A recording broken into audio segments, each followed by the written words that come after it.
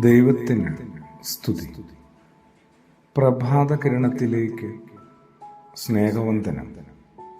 ഭാഗം 2034. ഇന്ന് ജൂലൈ മാസം 26-ാം തീയതി, 207-ാമത്തെ ദിവസത്തിലെത്തി.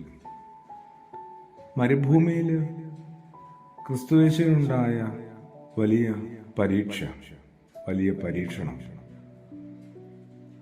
ആദ്യത്തേതും രണ്ടാമത്തേതിലും മൂന്നാമത്തെയും സുവിശേഷത്തിൽ പരാമർശമുണ്ട്.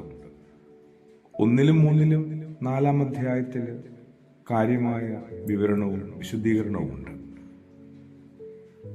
സുവിശേഷകനായ ലൂക്കോസ് എഴുതുന്നത് ഇങ്ങനെയാണ്: 40 ദിവസം അവിടെ കഴിഞ്ഞുകൂടി.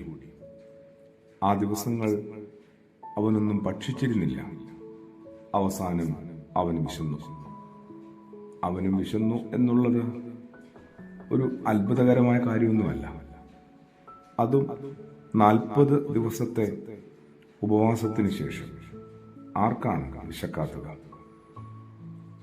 വയറു നിറയെ ഭക്ഷണം കഴിച്ചിട്ടും വിശക്കുന്നവരാണ് എന്ന് ഓരോരുത്തരും വ്യാകുലപ്പെടുന്നൊരു കാലത്ത് ഇപ്പോഴും വിശപ്പ് ശരിക്കും ശമിച്ചിട്ടില്ല എന്ന് കരുതുന്നവരാണ്.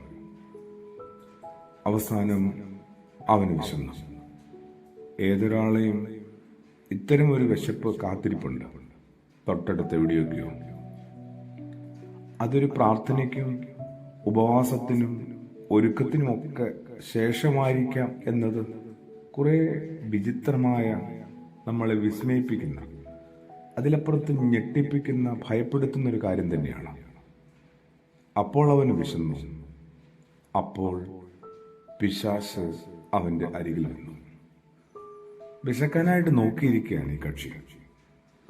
വിശപ്പ് എൻ്റെ ദൗർബല്യമാണ്. അത് ശരീരത്തിൻ്റെ ആയാലും ഉദരത്തിൻ്റെതായാലും ഹൃദയത്തിൻ്റെതായാലും ഏത് വിശപ്പും എൻ്റെ ദൗർബല്യം തന്നെയാണ്. ഞാൻ കുറച്ച് ദുർബലനാകുമ്പോഴാണ് ഈ പരിശോധകൻ എന്നെ പ്രലോഭനത്തിൽ വീഴ്ത്താനായിട്ട് തൊട്ടടുത്തെത്തുന്നത്.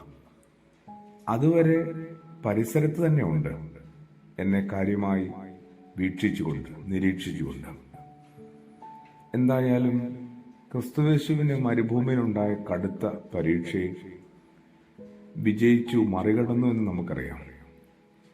നമ്മളാവട്ടെ വന്നുകൊണ്ടിരിക്കുന്ന മുഴുവൻ പരീക്ഷകളിലും പ്രലോഭനങ്ങളിലും കൂപ്പുകുത്തുകയാണ്, വീണുപോവുകയാണ്. പിശാച് അടുത്തു വന്നെന്നാണ് പറഞ്ഞിരിക്കുന്നത്. കുറെ കൂടി ഒരു ജാഗ്രത സൂക്ഷിച്ചേ മതിയാവും. ഒടുവിൽ ഈ പ്രലോഭനങ്ങളുടെയൊക്കെ ഒടുക്കം നിശ്ചിത കാലത്തേക്ക് മടങ്ങിപ്പോയെന്നാണ് പിശാചിനെ കുറിച്ച് സുവിശേഷകനായ ലൂക്കോസ് സൂചിപ്പിക്കുന്നു. എന്നുവെച്ചാൽ ഒരു ചെറിയ ഇടവേളയെടുത്ത് പുള്ളി ഒന്ന് മാറി നിന്നേ ഉള്ളൂ. മടങ്ങി വരാനായിട്ട് 101% സാധ്യതയുണ്ട്. വീഴാതിരിക്കാനായിട്ട് കുറെ കൂടി ജാഗ്രത പുലർത്തിയേ മതിയാവും. പ്രാർത്ഥനയോടുകൂടി. ആമേൻ.